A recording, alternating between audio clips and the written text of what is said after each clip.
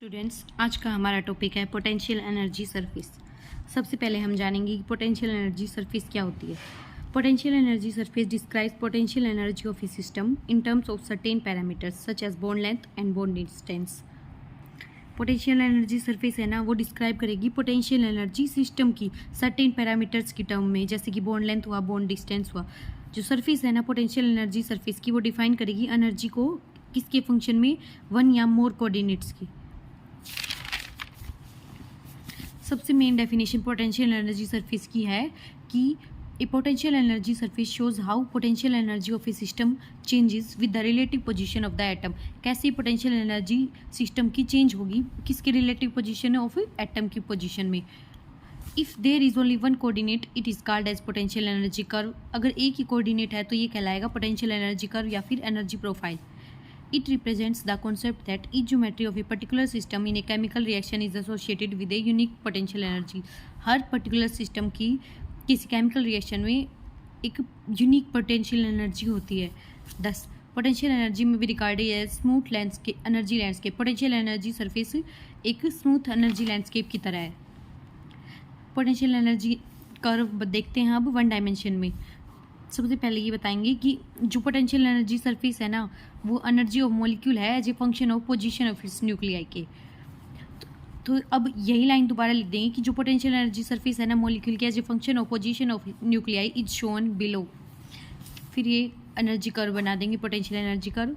ये potential energy है, ये इंटरन्यूक्लियर डिस्टेंस है, ये इक्विलिब्रियम पोजीशन है। अब इसमें लिखेंगे जो सिस्टम की एनर्जी है ना, वो डिपेंड करेगी दो फैक्टर्स पे, यानी एक ही फैक्टर पे डिपेंड करेगी, डिस्टेंस बिटवीन दो एटम्स के बीच का। जब डिस्टेंस दो एटम के बीच का बहुत ज़्यादा दूर होगा तो दोनों एटम के बीच कोई इंटरेक्शन नहीं होगा, तो उनकी एनर्जी जीरो होगी। यही बात लिखी हुई है। When the molecule are at large distance there is no interaction between them, hence their energy is zero. और सेकंड क्या बात है, जब डिस्टेंस दो एटम के बीच का कम होगा, यानी वो थोड़े पास होंगे, तो अट्रैक्टिव फोर्स डोमिनेट करेगा। At distance of certain diameter, the attractive force dominate, whereas when the molecule approach close to each other, the repulsive force dominate। तो क्या बताएंगे कि distance between two atoms low, then attractive force dominate, and if distance is more, then repulsive force dominate। जब distance कम होगा तो क्या dominate करेगा, attractive force, और जब distance ज़्यादा होगा तो repulsive force dominate करेगा। तो इनकी वजह से sudden increase होगा पोटेंशियल एनर्जी में, या फिर सडन इंक्रीज होगा या फिर राइज होगा पोटेंशियल एनर्जी में। The attractive and repulsive force balance at a minimum point in the curve which is known as equilibrium bond length. जो अट्रैक्टिव और जो रिपल्सिव फोर्सेज है ना, ये बैलेंस होंगे एक पॉइंट पे, कम से कम पॉइंट पे, जिसे बोलेंगे हम equilibrium bond length. The internuclear distance at which potential energy is minimum is defined as bond length. वो डिस्टेंस जहाँ पे पोटेंशियल एनर्जी सबसे कम होगी उसे बोलेंगे बॉन्ड लेंथ। अब देख लेते हैं, जो पोटेंशियल एनर्जी सरफेस है ना, वो काइनेटिक एनर्जी शो नहीं करती, वो सिर्फ पोटेंशियल एनर्जी ही शो करती है। और जब टेम्परेचर 0 केल्विन होगा तो species will be in lowest possible potential energy. सबसे कम पोटेंशियल एनर्जी होगी जब टेम्परेचर 0 केल्विन होगा। अब एग्जाम्पल है पोटेंशियल एनर्जी सरफेस का, वाटर मॉलिक्यूल है।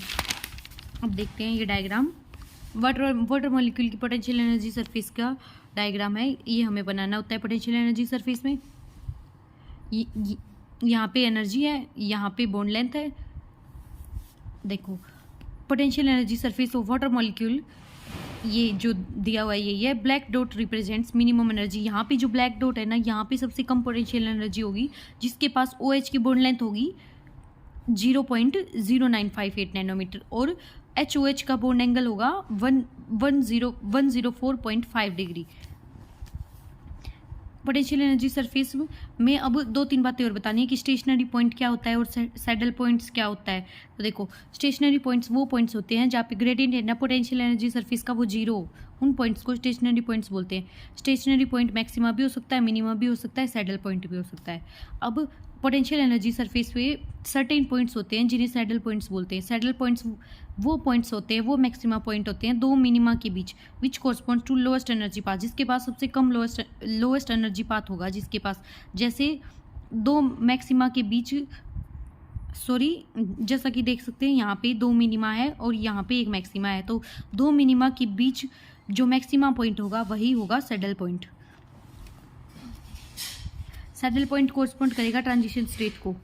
अब ये बातें देखेंगे कि वन डायमेंशन में है ना, सबसे पहले वन डायमेंशन में लिखेंगे जो curl E by curl R होता है ना वो ज़ीरो होता है, सबसे पहले ये बात बता देंगे। अब मिनिमम के लिए जो curl square E by curl R square होगा ना वो ग्रेटर देन ज़ीरो होगा हर वैल्यू ऑफ आर के लिए। और ट्रांजिशन स्टेट के लिए ये जो curl square E by curl R का स्क्वायर है ना वो ज़ीरो से ग्रेटर होगा और वैल्यूज़ ऑफ आर के लिए एक्सेप्ट अलोंग रिएक्शन कोऑर्डिनेट। जब रिएक्शन कोऑर्डिनेट के अलोंग लेंगे ना तो curl square E by curl R square less than zero होगा।